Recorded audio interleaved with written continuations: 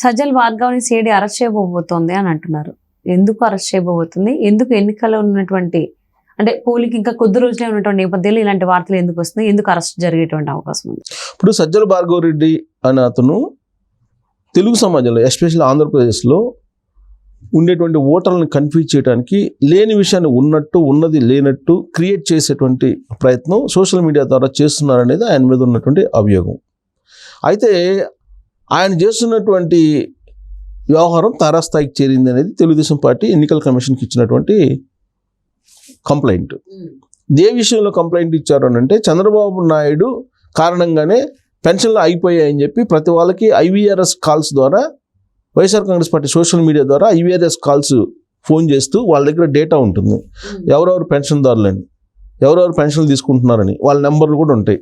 వాళ్ళకే ఫోన్ చేసి చంద్రబాబు నాయుడు కారణంగానే మీకు పెన్షన్లు ఇవ్వలేకపోతున్నాము, చంద్రబాబు నాయుడు కంప్లైంట్ చేసాడు, అందుకే పెన్షన్లు మీ చేతికి ఇవ్వలేకపోతున్నాం, కాబట్టి మళ్ళీ వైఎస్ఆర్ కాంగ్రెస్ పార్టీని గెలిపించండి, మీ చేతికి మీ ఇంటికి డబ్బులు రావాలంటే అని చెప్పి ఐవీఆర్ఎస్ కాల్స్ ద్వారా వాళ్ళకి ఫోన్ చేసి వాళ్ళకే డైరెక్ట్గా వాళ్ళ దగ్గర నెంబర్లు ఉంటాయి కాబట్టి చెప్పేటువంటి ప్రయత్నం చేశారు. గత 4 రోజుల నుంచి కూడా ఐవీఆర్ఎస్ కాల్సే వెళ్తున్నాయి. మీకు పెన్షన్ రాదు, చంద్రబాబు నాయుడు ఉన్నంత వరకు, మళ్ళీ చంద్రబాబు నాయుడు వచ్చినా కానీ మీకు పెన్షన్ ఎవరు, కాబట్టి వైఎస్ఆర్ కాంగ్రెస్ పార్టీకి ఓటేయండి. ఇప్పుడు ఆపేయడానికి కారణం కూడా ఆయనే, 23 మంది చచ్చిపోవడానికి 33 మంది చచ్చిపోవడానికి కారణం ఆయనే, ఇప్పుడు మళ్ళీ 2వ విడత మేలో పెన్షన్లు ఇవ్వలేకపోవడానికి కారణం ఆయనే, ఈ మేలో కూడా 2-3 చచ్చిపోవడానికి కారణం కూడా చంద్రబాబు నాయుడే.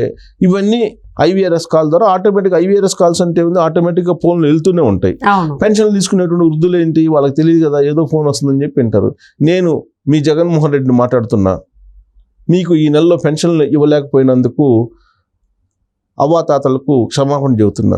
దీని అంతటికీ చంద్రబాబు నాయుడే కారణం. ఇప్పుడు జరుగుతున్నటువంటి ఎన్నికలు పేదలకి పెత్తందారులకి మధ్య యుద్ధం.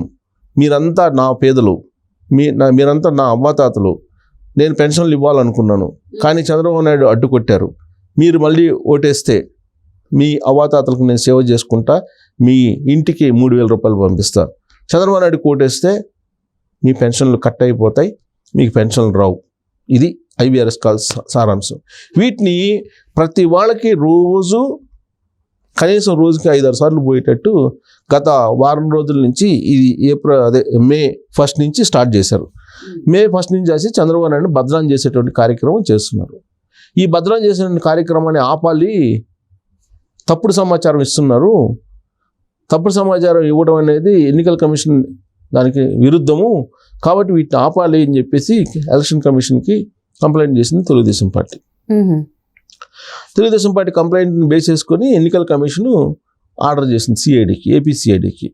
ఇలా ఐవీఆర్ఎస్ కాల్ ద్వారా చంద్రబాబు నాయుడు బదనాం చేస్తూ పెన్షన్లు కేవలం చంద్రబాబు నాయుడు కారణంగానే ఆపేసామని చెప్పి బదనాం చేస్తున్నారట, ఎంక్వైరీ చేయండి అని చెప్పి సిఐడి వాళ్ళకి, ఏపీ సిఐడి వాళ్ళకి ఆయన ఆర్డర్ చేశారు. ఆర్డర్ చేసి ఇమీడియట్గా ఏం చేయాలి, కేసు ఫైల్ చేసేసి ఎంక్వైరీ మొదలు పెట్టాలి. కానీ వాళ్ళు ఏం చేశారు, ఏపీ సిఐడి పోలీసులు వాళ్ళు సజ్జల భార్గవ్ రెడ్డికి ఒక సమాచారం ఇచ్చి మీరు రండి, మీరు మాట్లాడాలి, ఇలా కంప్లైంట్ వచ్చింది అని చెప్పి అడిగితే ఆయన ఇచ్చేటువంటి సమాచారం ప్రకారం ఒక నివేదికను మళ్ళా ఎన్నికల కమిషన్కి పంపిస్తుంది. ఈ నాటకం నడుస్తుంది గత కొన్ని రోజులుగా. ఇప్పుడు రాజేంద్రనాథ్ రెడ్డి డీజీపీ బదిలీ అయ్యాడు సడన్గా. దీంతో కేసు వేగవంతం చేయాలని చెప్పి ఇప్పుడున్నటువంటి పోలీసు ఇప్పుడున్నటువంటి దాంట్లో వేగవంతం చేయాలనగానే ఇప్పుడు ఇమీడియట్గా విచారణకి రావాలని చెప్పి ఆదేశించినట్టు తెలుస్తుంది. So Sajjala Bhargav Reddy social media incharge కాబట్టి వైఎస్ఆర్ కాంగ్రెస్ పార్టీ ఆయనే చేయించాడు ఇవన్నీ అనేది తెలుస్తుంది. ఇప్పుడు రాజేంద్రనాథ్ రెడ్డి ఉన్నంత వరకు ఆయన సేఫ్గా ఉన్నాడు. ఎన్ని రకాల ప్రచారం చేసినా ఏం చేసినా కానీ సేఫ్గా ఉన్నాడు సజ్జల భార్గవ్ రెడ్డి. రాజేంద్రనాథ్ రెడ్డి బదిలీ అయిపోయాడు కాబట్టి ఇంకా ఆయనకి సినిమా ఉంది. అదే రాజేంద్రనాథ్ రెడ్డి డీజీపీగా ఉన్న టైంలో ఐవీఆర్ఎస్ కాల్స్ ద్వారా ల్యాండ్ టైటిలింగ్ యాక్ట్కి సంబంధించి బ్యాడ్ ప్రచారం చేస్తున్నాడని చెప్పి వైఎస్ఆర్ కాంగ్రెస్ పార్టీ వాళ్ళు ఎన్నికల కమిషన్కి కంప్లైంట్ చేశారు.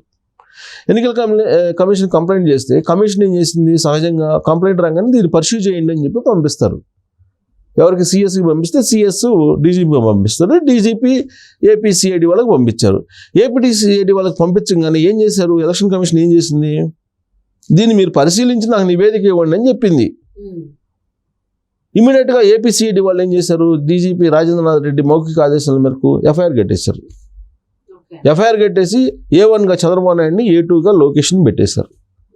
టైటిల్ ల్యాండ్ టైటిలింగ్ యాక్ట్కి సంబంధించి దుష్ప్రచారం చేస్తున్నారు వీళ్ళు అని చెప్పి రకరకాల సెక్షన్లు పెట్టి వాళ్ళ మీద ఎఫ్ఐఆర్ కూడా చేసేసారు. అసలు ఎఫ్ఐఆర్ చేయమని చెప్పి ఎలక్షన్ కమిషన్ చెప్పలేదు. ఎలక్షన్ కమిషన్ ఏం చెప్పింది, వచ్చినటువంటి కంప్లైంట్ మేరకు ల్యాండ్ టైటిలింగ్ యాక్ట్ మీద IVRS కాల్స్ ద్వారా దుష్ప్రచారం చేస్తున్నారని చెప్పి వైఎస్ఆర్ కాంగ్రెస్ పార్టీ నుంచి కంప్లైంట్ వచ్చింది. దీని మీద మీరు ఇన్వెస్టిగేషన్ చేసి మాకు నివేదిక ఇవ్వండి అని చెప్పింది. నివేదిక పంపించాలి కానీ ఎఫ్ఐఆర్ ఎందుకు కడతారు? ఎఫ్ఐఆర్ కట్టేశారు ఏపీసీఐడి వాళ్ళు. ఎవరి మీద? లోకేష్ మీద, చంద్రబాబు నాయుడు మీద. A1గా చంద్రబాబు నాయుడు, A2గా లోకేష్ అని పేరు పెట్టేశారు. తర్వాత సీన్ కట్ చేస్తే అది ఎఫ్ఐఆర్ చేసినటువంటి 24 గంటలు జరగకముందు ఏపీ డీజీపీ రాజేంద్రనాథ్ రెడ్డి బదిలీ అయిపోయారు. ఎన్నికల విధులకు దూరంగా ఉండాలని చెప్పి ఆదేశాలు జారీ చేశారు. అయితే ఇక్కడ ఒక పాయింట్ ఏంటంటే, ఇప్పుడు అదే సజ్జల రామ్, అదే భార్గవ్ మీద కూడా కంప్లైంట్ చేశారు Telugu Desam party.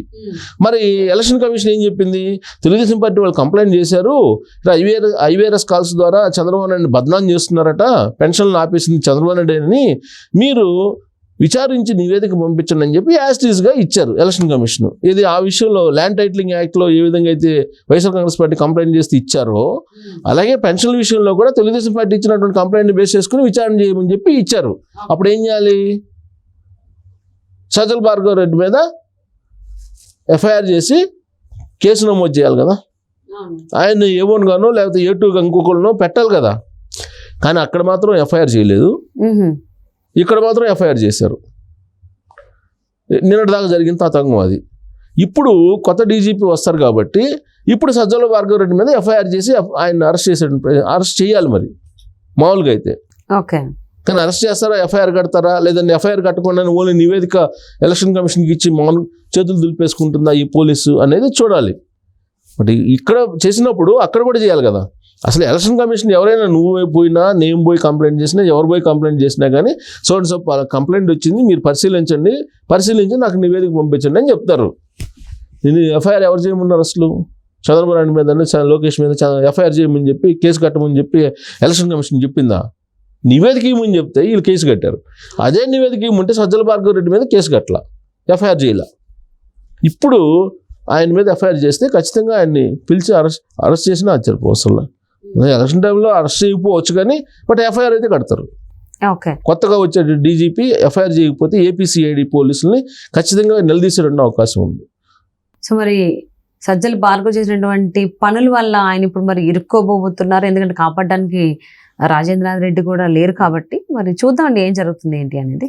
Thank you so much Srirao గారు. Thank you.